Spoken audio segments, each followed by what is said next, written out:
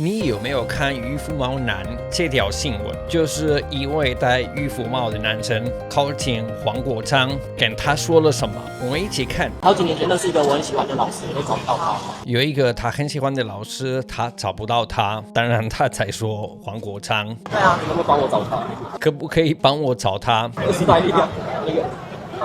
沒有關係。等一下，沒有關係。有沒有想到這個男生基本上在說他很喜歡時代力量那時候的黃國昌，而且他還是掉眼淚。有一些人會覺得這位男生在演，然後他很聰明，但是事實上我覺得他是認真的，他是非常難過，而且我可以理解為什麼。但是重點是黃國昌的反應是什麼？沒有關係。沒有關係？怎麼會是沒有關係？你不會覺得這個有一點不對勁嗎？歡迎你隨時到我競選總部，歡迎你隨時到我競選總部來找我。歡迎你隨時到總部。等一下，他不是要去總部，他是覺得你的原始有變化，他想要你回到以前的樣子。什麼是沒有關係？什麼是去總部？說實話，我覺得那時候黃國昌是完全沒有辦法反應，因為這個人不是直接攻擊他，而是哭了，所以他不知道怎麼反應。說實話，如果我是黃國昌，也不會知道怎麼反應。但是這件事的確不是用沒有關係來回答。歡迎你隨時到競選總部來找我，真的哦，謝謝你，謝謝。希望你可以找回良心。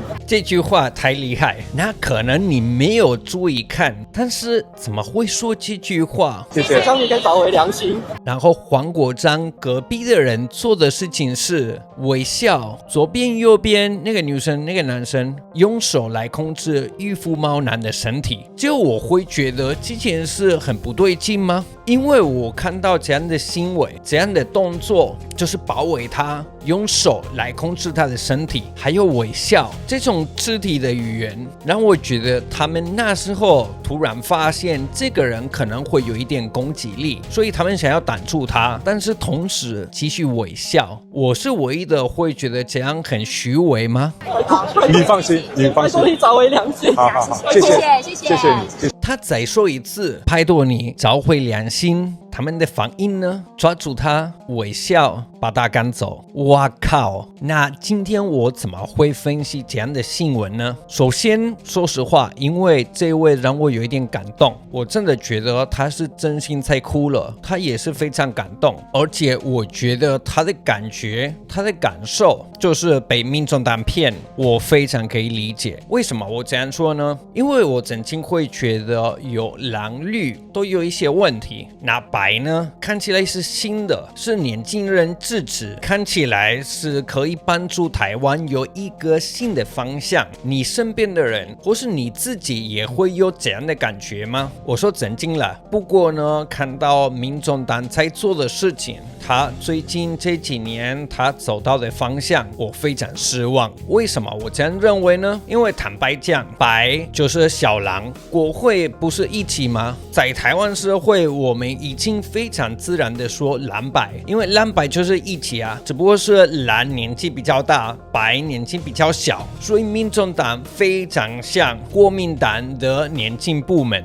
問題是什麼？國民黨最近這幾年越來越紅，開始莫名其妙散發一些共產黨的言論，例如呢，我都可以感受到來自北京的善意跟誠意。我接觸很多認識習近平的台商，他們說習近平對台灣人是真的是有感情。我們當然是台灣人，我們也都是中國人。但是對國民黨有不好的印象，或是不太相信國民黨，我不會那麼驚訝。畢竟如果你認真研究白色恐怖發生的事情，台灣民主化根本不應該要有國民黨，因為國民黨本來不是一個民主的政治黨，而是一個很可怕的獨裁。但是民眾黨呢？民眾黨一開始說的非常好聽，怎麼不會有自己的聲音？怎麼會變成國民黨2.0？所以我看到這個漁夫帽男，我也被感動。而且重點不是他真正的目標是什麼，而是他代表什麼。不過我覺得有一件事情也是非常值得討論，是黃國昌本來有良心，然後現在失去他的良心呢？或是即使他本來沒有原則？我們可以看看黃國昌以前的影片，看看你覺得他是不是在演？